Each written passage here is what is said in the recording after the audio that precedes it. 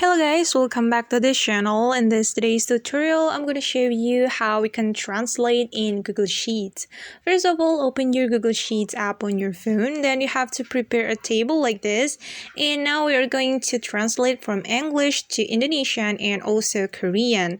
And let's get started. You have to click on this cell and enter the formula right here. You have to put your attention to this formula, okay?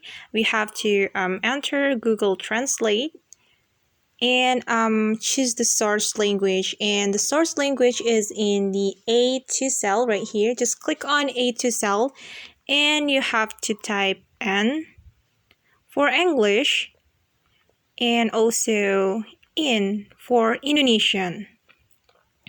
And don't forget to put double quotes mark, okay? And after that, we can click on this check mark.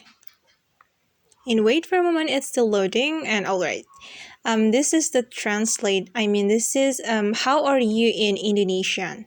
And we are going to translate from English to Korean. Let's practice it one more time. We can repeat the same step as before. Google Translate, and for English, we have to click on the A2 cell first because this is the source. This is the source language, and type N for English and KO for Korean, and press this check mark. And all right. And if you want to autofill, you can simply drag the cell.